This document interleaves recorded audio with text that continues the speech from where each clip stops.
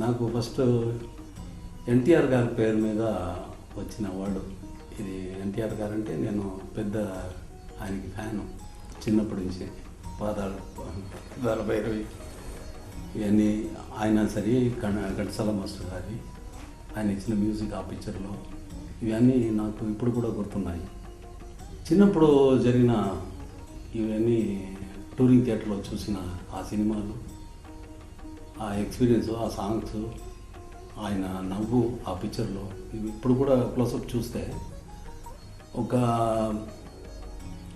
ఇప్పుడు ఏ పిక్చర్లో క్లోజప్ ఎక్కువ టైము డ్యూరేషన్ ఉండదు, టక్ టక్ టక్ టక్ అని కట్ చేసి పోతూ ఉంటారు.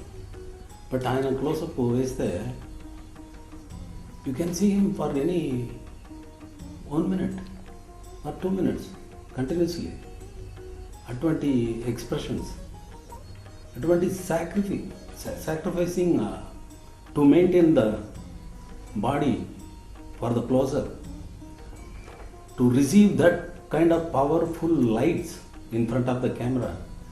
I cannot stand before this light. So this is something fantastic. నేను వచ్చి సినిమాల్లో వచ్చి ఆయన పిక్చర్ యుగంత సినిమాకి పనిచేశాను. మీరంతా చూసేది నన్ను కాదు, ఈ ఊరంతా అనుకునేది నేను కాదు. మీరంతా చూసేది నన్ను కాదు, ఈ ఊరంతా అనుకునేది నేను కాదు. మంచికే మంచిని, మనిషిలో మనిషిని, ఏ ఎడలో ఏముందో, ఏ పొడలో ఏముందో పసి కట్టి పట్టేస్తా, పుస కొట్టి కాటేస్తా. పేరే యుగంధర్, యుగంధర్, యుగంధర్, యుగంధర్, యుగంధర్. అప్పుడు చూశారు, నేను అప్పుడే వస్తున్నాను. అప్పుడు చూసి ఆయన మేకప్లో వస్తే ఎన్టీఆర్గా అంటే ఎన్నో మాకు అప్పుడు చిన్నప్పుడు చూసింది. ఇప్పుడు I'm working with him.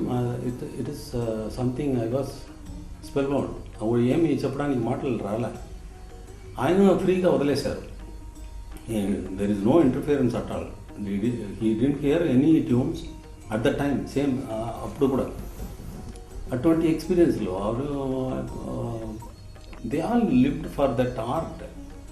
Nowadays it's very difficult to find those kind of ambience and those kind of determinations, dedicate to the work only. ఏం చేస్తారో 4 o'clock లేచి షార్ట్కు ఎప్పుడు 8 గంటలకు షార్ట్ అని. అప్పుడు ఆయన పేరు మీద వచ్చిన ఈ అవార్డుకు నేను ఆయనకి ఏ వాల్యూ ఇస్తాను కాదు, అవార్డు కోసం కాదు, ఆయనకి ఏదైనా వాల్యూ నేను చూపించాలి కదా. ఏ వాల్యూ నేను ఇస్తున్నాను అనేది ఇంపార్టెంట్ కదా నాకు. మీకోసం కాదు, నా కోసం కాదు, అవార్డు కోసం కాదు.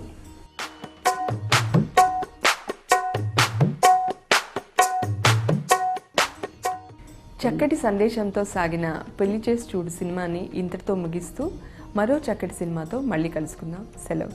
నూటికో కోటికో ఒక్కరు ఎప్పుడో ఎక్కడో పుడతారు.